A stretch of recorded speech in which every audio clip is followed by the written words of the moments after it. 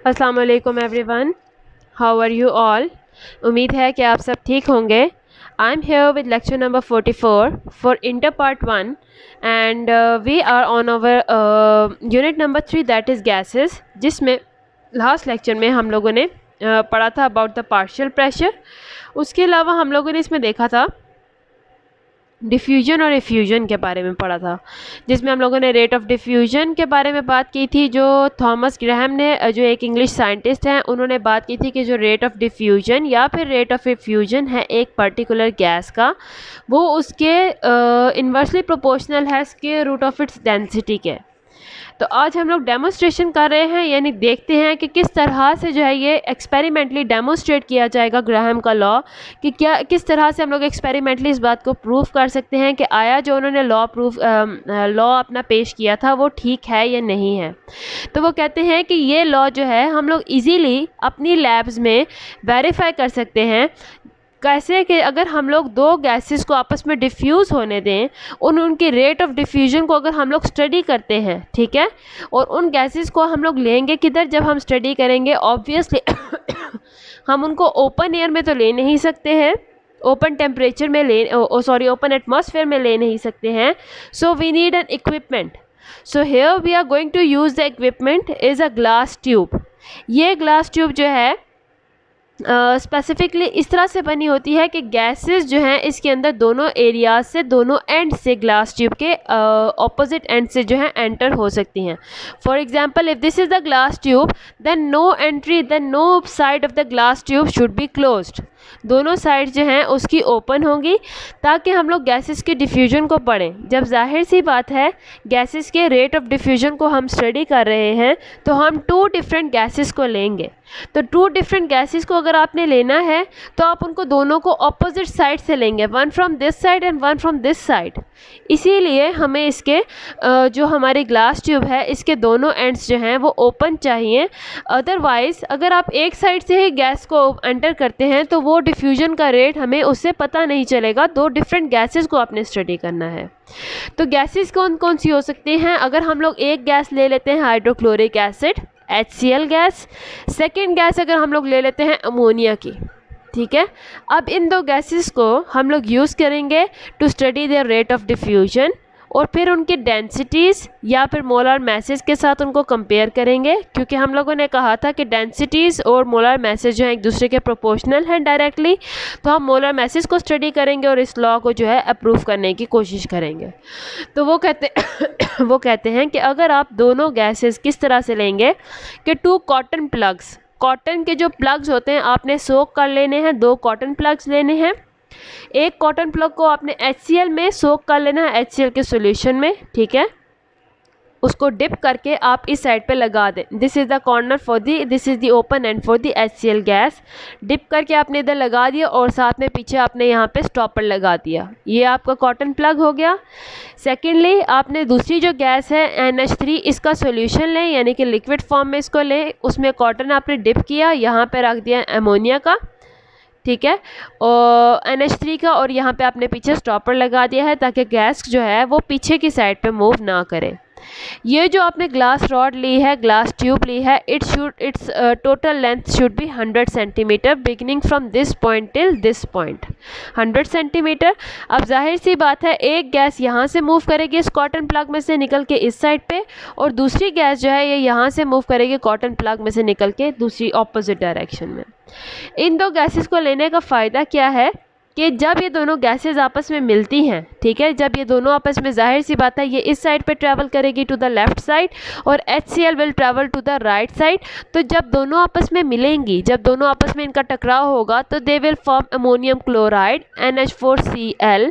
और ammonium chloride जब बनती है तो वो जो है बनते हुए वाइट कलर के फ्यूम्स प्रोड्यूस करती है। डेंस वाइट फ्यूम्स जो हैं अमोनियम क्लोराइड के वो बनेंगे। तो उससे हम अंदाज़ा लगा सकते हैं कि कौन सी प्लेस कहाँ पे इस पूरी ट्यूब में कहाँ पे वो फ्यूम्स बने हैं। हम उस पॉइंट को मुहैया करेंगे और फिर कंपेयर करेंगे दोनों गैसेस के साथ कि किस गैस ने कितना ट्रैवल किया था। तो अगर हम लोग हाइड्रोक्लोरिक एसिड को देखते हैं, अब हम लोगों ने देखा कि जब दोनों गैस ट्रैवल हुई, ये इस साइड पे ट्रैवल कर रही है, ये इस साइड पे ट्रैवल कर रही है, तो ये जो वाइट फ्यूम्स बने थे it were observe eight almost this point, ठीक है, वो इस पॉइंट पर ऑब्जर्व हुए। अब जब हम लोगों ने ट्यूब को मेजर किया तो हम लोगों ने देखा कि जो हाइड्रोक्लोरिक गैस थी वो 40.5 सेंटीमीटर मूव हुई थी from left to right, 40.5 centimetre, और जो अमोनिया गैस थी वो 59.5 सेंटीमीटर जो है it move from right to left. और अमोनिया ने जब 59.5 सेंटीमीटर ट्रैवल कर लिया हुआ था और HCl ने जब 40.5 सेंटीमीटर ट्रैवल कर लिया था, तो एट दिस पॉइंट जो है ये दोनों आपस में जॉइन हुई थी, एक दूसरे के साथ कंबाइन हुई थी, इन्होंने एक दूसरे के साथ रिएक्ट किया, ठीक है, और इन्होंने फिर अमोनियम क्लोराइड बना दिया, ठीक है। तो जिस पॉइंट पे, जिस सेकंड पे उन्होंने अमोनियम क्लोराइड बनाया, जैसे ही आपको वाइट फ्यूम्स नज़र आए, आपने वहीं पे मेजरमेंट ले ली और ये देख लिया कि एक ही टाइम पीरियड दिया गया था दोनों को, आपने एक सेम टाइम पीरियड अलॉट किया था HCl को मूव करने का और अमोनिया को मूव करने का। यहाँ पे इंपॉर्टेंट नोट करने की बात है कि जब दोनों कॉटन प्लग्स आपने सोक किए थे इन द सॉल्यूशन, तो सोक करने के बाद जब आपने उनको यहाँ पे लगाया था तो दोनों को आपने सेम टाइम दिया था मूव करने के लिए from one point two the other, ठीक है।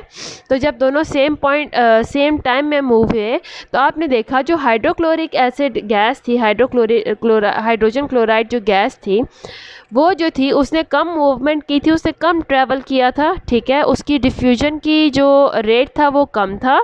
जबकि अगर आप देखें अमोनिया की गैस के ट्रैवल, तो उसने ट्रैवल ज़्यादा किया था, उसका रेट ऑफ डिफ्यूजन जो था वो ज़्यादा था, अमोनिया का था 59.5, जबकि जो हाइड्रोक्लोरिक एसिड है उसका था 40.5। अब क्या है कि हम लोग अगर इसके फार्मूले को देखें जो ग्राहम लॉ ने बताया था, अपना पेश किया था, तो उसके ज़रिए हम लोग देखते हैं। तो उनका फार्मूला क्या था, rate of diffusion of gas 1 over rate of diffusion of gas 2 is equal to square root of molar mass of gas 2 over square root of molar mass of gas 1. We will take here gas 1 as NH3 ammonia और gas 2 as HCl, ठीक है। तो rate of diffusion gas 1 ने यानी कि ammonia gas ने कितना travel किया था, that was about 59.5 centimetre. Rate of diffusion of gas 2 यानी कि HCl ने कितना ट्रैवल किया था, that was about 40.5 centimetre equals to, अब आपने देखना है इनके मोलर मैस ऑफ गैस 2 यानी कि HCl, H का कितना था मोलर मैस 1 प्लस क्लोरीन का कितना था 35.5, तो जब दोनों को आप ऐड करते हैं तो that is equal to under root of 36.5। इसी तरह आप नाइट्रोजन और हाइड्रोजन के आप फाइंड आउट करें, नाइट्रोजन का क्या है मोलर मैस 14, साथ में 3 हाइड्रोजन एटम्स हैं, हर हाइड्रोजन का 1 है, तो 13 प्लस 3 क्या हो जाएगा 17, तो इसका वैल्यू क्या आ जाएगी अंडर रूट 17। तो जब आप इसको सॉल्व करते हैं 59.5 डिवाइडेड बाय 40.5, तो value comes as 1.46 equals to, जब आप इन दोनों को आपस में सॉल्व करेंगे under root of 36.5 divided by under root of 17, तो its value also comes as 1.46। तो इस तरह से ये जो लॉ है ये वेरीफाई हो गया था। लॉ भी यही कहता था कि rate of diffusion of gas 1 over rate of diffusion of gas 2 is equal to molar mass of gas under root of molar mass of gas 2 over molar mass of under root of molar mass of gas 1। तो ये हमने आज study की है verification of Graham's law of diffusion, जिसमें उन्होंने ये कहा था कि rate of diffusion is directly proportional is inversely proportional to the under root square root of density या फिर molar mass of the gas। ठीक है। तो इस तरह हम लोग दो गैसेस अगर आपको दी गई हैं, फ़र्ज़ करें कि अगर आपको दोनों गैसेस दे दी गई हैं और दोनों का रेट ऑफ डिफ्यूजन भी बता दिया गया है, और एक गैस आपको बता दिया कि हाइड्रोजन क्लोराइड है और दूसरी आपको नहीं बताई है, तो आप इसकी मदद से, इस पूरे फार्मूले की मदद से उसका मोलर मास फाइंड आउट कर सकते हैं और फिर उसके बाद आप फाइंड आउट कर सकते हैं कि वो कौन सी गैस थी। उसके अलावा अगर आपको मोलर मास ऑलरेडी दिया हुआ है और आपसे पूछा जाता है कि आप रेट ऑफ डिफ्यूजन एक गैस का बता दिया है, दूसरी गैस का बताएं कितना होगा, तो वो भी आप जो है इस फार्मूले की मदद से जो है आप इसको फाइंड आउट कर सकते हैं, क्योंकि ये फार्मूला वैलिड है। इसकी हम लोग एक्सपेरिमेंटली वेरिफिकेशन कर सकते हैं विद इन आवर लैब्स। तो ये जो थी that was the demonstration of Graham's law. ये हम लोग का टॉपिक यहाँ पे फिनिश हुआ। इसके बाद हम लोग अपने नेक्स्ट टॉपिक पे आते हैं, that is about the kinetic molecular theory of the gases. जब हम लोगों ने चैप्टर को स्टार्ट किया था, आज हम लोग थोड़ा सा इस kinetic molecular theory of gases के बारे में इंट्रोडक्शन ले लेते हैं। जब हम लोगों ने चैप्टर को अपने स्टार्ट किया था, तो एज़ यू ऑलरेडी नो कि हम लोगों ने प्रॉपर्टीज़ को डिस्कस किया था अब of gases, liquid and solid. उसके अलावा आप लोगों ने उनके लॉज को डिस्कस किया था कि किस तरह से मुख्तलिफ जो फिज़िकल प्रॉपर्टीज़ हैं गैसेस की, वो एक दूसरे के ऊपर डिपेंड करती हैं। For example, how the volume depends on the pressure. अगर प्रेशर ज़्यादा है तो वॉल्यूम कम होगा, और अगर प्रेशर कम है तो वॉल्यूम ज़्यादा होगा। सिमिलरली आप लोगों ने ये भी देखा था कि how the volume is dependent upon the temperature, कि अगर टेम्परेचर ज़्यादा है तो वॉल्यूम भी इंक्रीज़ हो जाएगा ड्यू टू द कोलिजन, और अगर टेम्परेचर कम है तो वॉल्यूम भी डिक्रीज़ हो जाएगा due to the less amount of energy in the gases molecules. अब उसके अलावा हम लोगों ने बात की थी कि how the volume is dependent upon the number of moles of a gas, कि नंबर ऑफ़ मोल्स अगर ज़्यादा होंगे तो सिमिलरली क्योंकि नंबर ऑफ़ मोल्स ज़्यादा हैं तो नंबर ऑफ़ मॉलिक्यूल्स ज़्यादा होंगे, ठीक है। तो इसका मतलब ये हुआ कि उसका वॉल्यूम भी ज़्यादा होगा, और अगर number of moles of a gas are less तो उसका वॉल्यूम भी कम होगा। उसके अलावा जब हम लोगों ने ये जो तमाम देखे थे लॉज, तो ये लॉज जो थे ये एक्सपेरिमेंटल ऑब्जर्वेशंस पे थे, यानी कि आप लोगों ने एक्सपेरिमेंटली भी उनको प्रूव किया, जैसे कि चार्ल्स लॉ हो गया है, बॉयल्स लॉ हो गया। एक्सपेरिमेंटली हमने मुख्तलिफ गैसेस को लें, उसको अगर आप देखते हैं प्रेशर ज़्यादा करेंगे तो वॉल्यूम कम हो जाएगा, आप मैयर करें। उसी तरह अगर वॉल्यूम ज़्यादा कर रहे हैं प्रेशर कम हो जाएगा, वो भी मेजरमेंट कर सकते हैं और with the help of different instruments और उनको प्रूव कर सकते हैं। इसी तरह हम लोग चार्ल्स लॉ को प्रूफ कर सकते हैं। तो ये जो जितने भी लॉज हमने अभी तक पढ़े हैं, ये तमाम के तमाम जो लॉज हैं ये एक्सपेरिमेंटल ऑब्जर्वेशन पे डिपेंड करते हैं, और ये independent of nature of gas, यानी कि गैस की नेचर क्या होगी उससे इंडिपेंडेंट है, उससे उनका कोई लेना देना नहीं है। चाहे आप हाइड्रोजन की गैस ले लें, उसमें जो वॉल्यूम और प्रेशर का रिलेशन होगा, यानी वॉल्यूम ज़्यादा है तो प्रेशर को कम होना चाहिए, प्रेशर ज़्यादा है तो वॉल्यूम को कम होना चाहिए। यही रिलेशन अगर आप किसी और गैस पे अप्लाई करें, for example if you do it on the oxygen gas और मीथेन गैस, तो उनमें भी सेम बिहेवियर आपको नज़र आएगा कि अगर आप प्रेशर को ज़्यादा करेंगे तो वॉल्यूम कम हो जाएगा, वॉल्यूम को ज़्यादा करेंगे तो प्रेशर कम होना चाहिए। तो इसका मतलब कि ये जो तमाम लॉज पेश किए गए थे ये इंडिपेंडेंट थे उस गैस की नेचर से, ठीक है। गैस आप चाहे जो भी ले लें, लॉज जो थे उनके ऊपर इक्वली जो है उनको प्रूव कर रहे थे, उनके ऊपर इक्वली अप्लाई हो रहे थे। तो अगर हम लोग गैस के लॉ को क्वांटिटेटिवली अगर आप उसको स्टडी करना चाहते हैं, इलस्ट्रेट करना चाहते हैं, तो बर्नौली ने 1738 यानी आज से कई साल पहले, कई 100 साल पहले उन्होंने रखे थे kinetic molecular theory of gas, जिसके बारे में हम पढ़ने लगे हैं। उन्होंने इसको पेश किया था, इन्होंने इसको रखा था सबके सामने कि ये डिफरेंट प्रॉपर्टीज़ हैं गैसेस की। इस थ्योरी की वजह से क्लॉसियस ने 1857 यानी ऑलमोस्ट 100 प्लस ईयर्स के बाद काइनेटिक इक्वेशन दी थी, और उसकी मदद से गैस लॉज जो हैं वो निकले थे, डिड्यूस हुए थे इस काइनेटिक इक्वेशन की मदद से।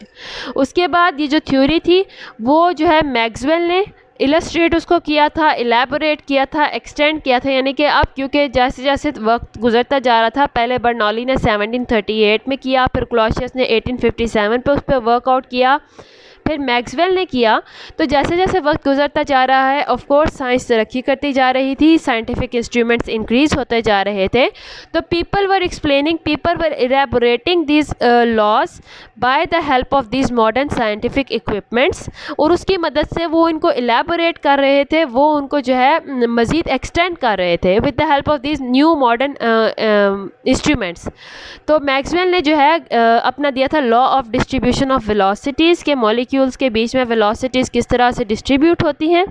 उस लॉ के हिसाब से जो मॉलिक्यूल्स हैं in the form of group have definite velocity range, यानी कुछ मॉलिक्यूल्स होंगे जो ग्रुप बना लेते हैं जिनकी वेलोसिटी ज़्यादा है, कुछ मॉलिक्यूल्स हैं जिनकी वेलोसिटीज़ कम है, इस तरह से डिफरेंट ग्रुप्स बने हुए हैं।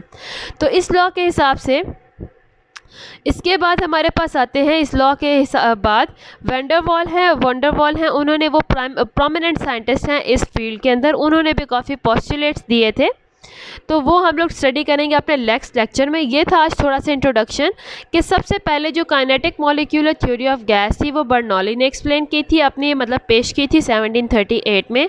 उसके बाद क्लॉसियस ने उसके ऊपर वर्क किया था, उसके बाद मैक्सवेल हैं, उसके बाद उन्होंने बोल्ट्जमैन ने भी काम किया है, ठीक है, in the studying of energies of the gas molecules. उसके बाद वंडरवॉल हैं, उनका भी बहुत ज़्यादा इंपॉर्टेंट हिस्सा है इस फील्ड के अंदर, वो भी बहुत प्रोमिनेंट साइंटिस्ट हैं।